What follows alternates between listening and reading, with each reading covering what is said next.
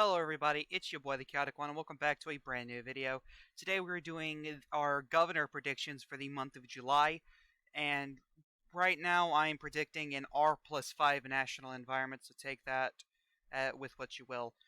And we're going to go from the west coast to the east coast like we always do. First off, Oregon, there is a three-way race essentially between the Democrat Tina Kotek, who is essentially Kate Brown and will be as unpopular as Kate Brown. And then we have two candidates who are very similar. Christine Drazan, who is a moderate Republican, but a bit more right wing, kind of. I don't want to say she's a populist, though. I don't want to say she's as moderate as someone like Susan Collins, though she's moderate enough to win somewhere like Oregon. And then we have Betsy Johnson, who is a left wing independent, who essentially is right wing on some issues like guns, and left wing on some issues like same sex marriage and all that. And I think the border as well. So I think and there's one poll that came out that had Drazan like 2 points ahead of Tina Kotek. So I do think that's what's actually going to happen. I think Christine Drazan's going to shock the world and become governor of Oregon as a Republican. She'll only serve one term, but that's because Betsy Johnson, uh, that third party vote split from Tina Kotek. And then California, Gavin Newsom's facing off against Brian Dahl, a state senator. It'll be closer than years prior, but it don't put any effort into this race. Newsom's still going to win by at least 20 or at least 15 points at the very least. Next up, Nevada. Actually, we're going to go to Alaska first. So it seems like the four candidates that are going to go to the runoff is going to be the Republican governor Mike Dunleavy, the former governor independent Bill Walker, state senator Democrat Les Gara, and Republican state congressman Christopher Kirka. So if Mike Dunleavy doesn't get around the mid 40s in the first round, there could be a problem. Because Bill Walker and Christopher Kirka are going to be taking a lot of votes from him.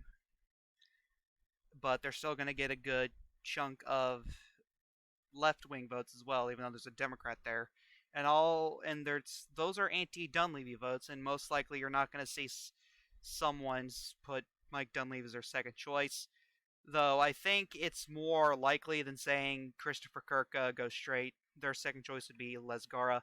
And most likely, I could see Christopher Kirka coming in fourth, and then most of his support goes to Bill Walker.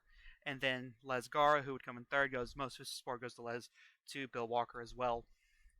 So, unless something were to happen, Bill Walker runs a terrible campaign and Les Gara ends up coming in second in the polling, this race could end up being close, so I'm going to keep it a safe Republican as of right now. I think Dunleavy wins by around 10 points in the final round against Bill Walker due to the nature of the red wave.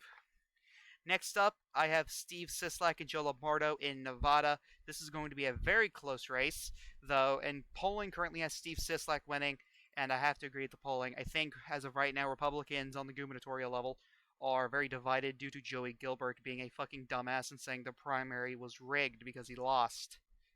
Oh my goodness. And that's who the state party endorsed, ladies and gentlemen. They endorsed an idiot rather than Joe Lombardo, who is freaking amazing and got elected as, well, quote unquote, a Republican in Clark County, which is a blue county, even though it was a nonpartisan race, but I don't know. That's iffy. Next up, Hawaii. Republicans have two great candidates with good, strong name recognition in a year where the incumbent Democrat is one of the most unpopular Democrats in the country. When you see polls, it's usually either David Ige, who's the governor of Hawaii, or Kate Brown, who's the governor of Oregon, as the most unpopular governor in this country. It's usually one of those two.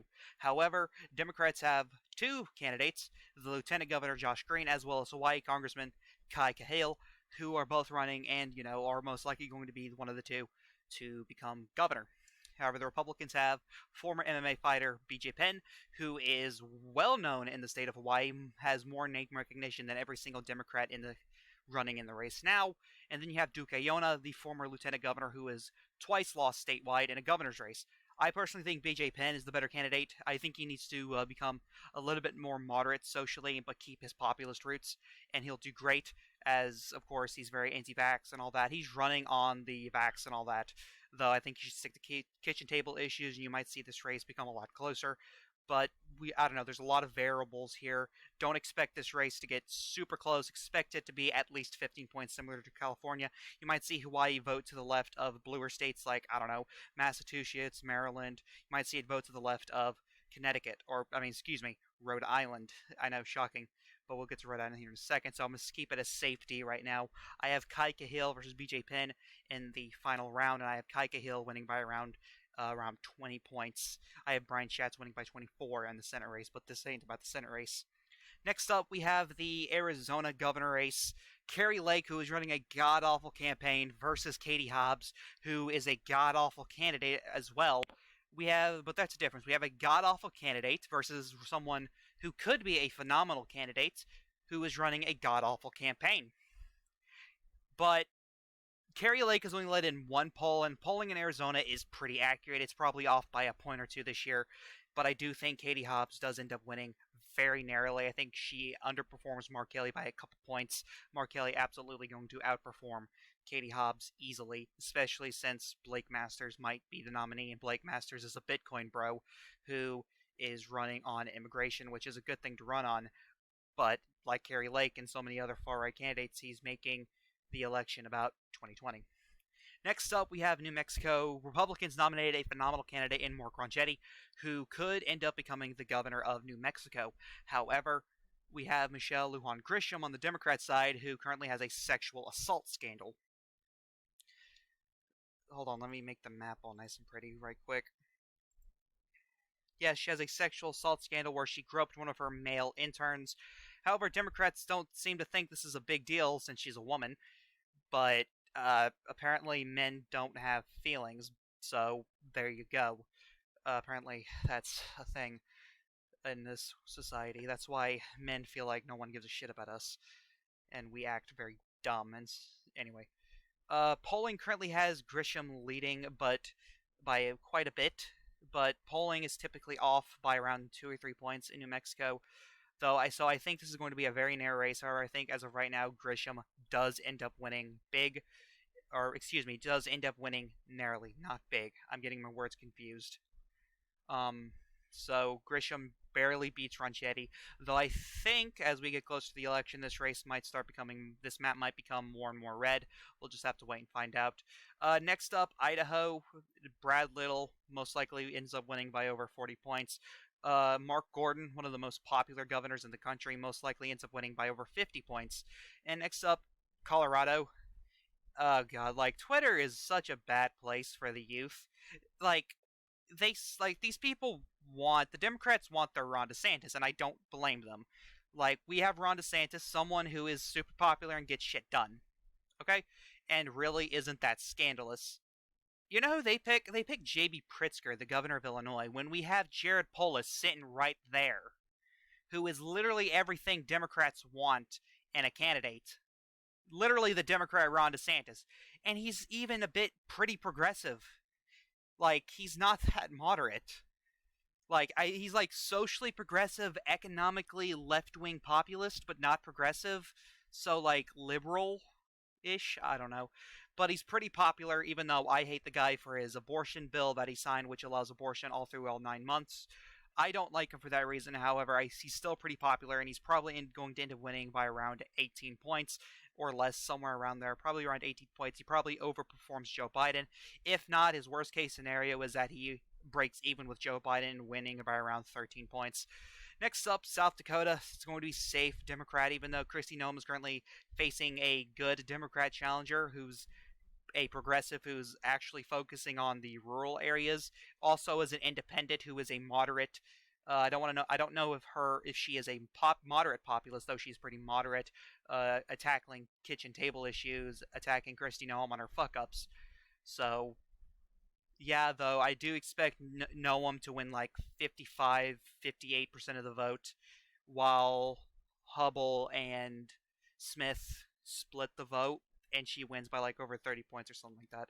Next up, Nebraska. Jim Pillen probably beats Carol Blood by around, I don't know, 20 points or so. Kansas. Laura Kelly is not an unpopular governor, though due to the red wave, she's probably going to get smacked really hard by establishment candidate Derek Schmidt. I don't like this guy. I don't know why Trump endorsed the guy. I wish Mike Pompeo was the nominee. He's a much better person to govern Kansas rather than someone like Derek Schmidt. Though Derek Schmidt's probably going to win by around 6 points, and polling is currently backing this up. Next up, Kevin Stitt is currently facing off against former, or essentially Blue Dog Democrat Joy Hoffmeister, who is a Rockefeller Republican turned Blue Dog Democrat, which is essentially what happens in that scenario. Rockefeller Republicans, break party lines all the time, and then they become a Democrat just to break party lines all the time. So, super centrist candidate Joy Hoffmeister. There's also a moderate populist running as an independent named Irvin Yen. He is running as an independent, and he's polling very high right now, 5 to 8%. I hope he continues to do well, and he's an independent governor representing Oklahoma. Those are right now, I think Kevin Stitt wins by around 20 to 30 points. He'll underperform Donald Trump because he's not that great of a candidate. Next up in Texas, we have Greg Abbott facing off against Beto O'Rourke, and I don't see why people are saying this is going to be close. Abbott's going to win by 15 or more. Yeah, Beto O'Rourke doesn't have that shine anymore. He's not that new shiny toy anymore. He's overused, like a crusty sock. It needs to be washed and reinvigorated. Don't imagine that. But Abbott probably wins by around 15. Next up, we have Arkansas, another race where we see a third-party candidate in Ricky Dale Harrington, the libertarian who ran against Tom Cotton, got around 30% of the vote. However, that was mostly Democrats voting for him because they were not going to vote for Tom Cotton no matter what. This time we have a Democrat candidate, Chris Jones, who, hey, not a bad choice, Democrats, that's a good one. And Republicans chose Sarah Sanders, the daughter of Mike Huckabee. She is not Mike Huckabee. She is insane. She is backed by the far right of the party rather than your populists of the party, which really says everything you need about her. Though she's going to win by 30 points. Ricky Dale Harrington will probably break 5%, which is typically the holy crap, this is a good third-party performance, essentially, for a statewide race. Expect that in a lot of these states where you have Betsy Johnson in Oregon, you've got Laura Hubble in South Dakota, Irvin Yen in Oklahoma. We have a Constitution Party running a right-wing populist in Colorado, a far-right guy, or woman, excuse me. You've got Bill Walker in Alaska, and you've got plenty more. There's even a third-party candidate in Minnesota, though I don't think they'll get that much attention, but even though it's the Reformed Marijuana Party with a new name, they'll probably get a good chunk of the vote as well. Next up, Tennessee. Bill Lee's lost all my respect for his corrupt shenanigans in the kicking multiple candidates off the congressional ballot for bullshit reasons, and even made-up reasons that they've now lost in court, thankfully. I think they have anyways, but he's still going to win. There's not a third-party challenger, and there's not really a good Democrat challenger either. He'll probably win by 40 points. Next up, Alabama. Kay Ivey had a quote-unquote tough primary. She broke 53, 54, 55% of the vote, maybe more than that, against her opponents. And the Twitter populists thought she was going to go to a runoff, but since Donald Trump didn't endorse a candidate, that wasn't going to happen. Though I endorsed a small-town mayor named Dave Thomas to beat her, and he got like less than 1% of the vote, so I can't talk shit. Kay Ivey beats Yolanda Flowers, who is a pro-life Democrat, who... That's an interesting race right there. A pro-life Democrat versus Kay Ivey? That's going to be interesting. She'll absolutely do better in the rurals. Kay Ivey might break even with Donald Trump's numbers, though she'll probably outperform at the end of the day because Republicans are going to vote red no matter what in most situations. Next up, Florida. DeSantis is going to win by 15. Him and Abbott might break even with each other. DeSantis, super popular, not scandalous, busts his ass for Florida. Some governors will bust their ass and some won't. Ron DeSantis is one that is doing everything he can to make sure Florida is a good place to live. And his approval backs it up. Charlie Crist is most likely going to be the nominee, and he'll get the most crossover support. though I imagine DeSantis will get more independent support rather than Crist getting more Republican support. So I imagine DeSantis wins about 56% of the vote, winning about 15 points. Next up, Georgia, we have Brian Kemp versus Stacey Abrams 2. This is a UFC event, and this is the co-main event. What's the main event, you ask? Well, the main event is going to be Hobbs versus Lake, or Hobbs versus Robson. We'll just have to wait and find out. Though Kemp is probably going to end up winning by around 4 to 6 points. I have him winning by 4 right now. Polling in Georgia is pretty spot on as well. It's not that bad. Maybe it leans a little bit to the left, just a bit, not too much. So I think Brian Kemp ends up winning by around 4 points, beating Stacey Abrams, most likely killing her political career unless she runs in 2026 again for the third time in a row and wins. I don't know. Next up, we have South Carolina between Henry McMaster and Joe Cunningham. This is going to be safe Republican. Nothing too interesting about this race. If this was a blue wave, we might have something to talk about, but Joe Cunningham is just your sacrificial lamb. In Iowa, we have Kim Reynolds versus Deidre DeGiere, I think. Or that's her name. How do we pronounce her name?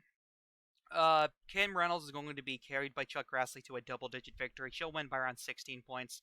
So there you go. Next up, we have a pretty good race right here in Minnesota. Pretty interesting race. We have Tim Walz versus Scott Jensen. Scott Jensen being backed by BLM activists. Not like Democrats. Most of these are independents, and so it's still interesting. So Scott Jensen has a chance, though. As of right now, I have Walz winning by 5, barely underperforming Joe Biden.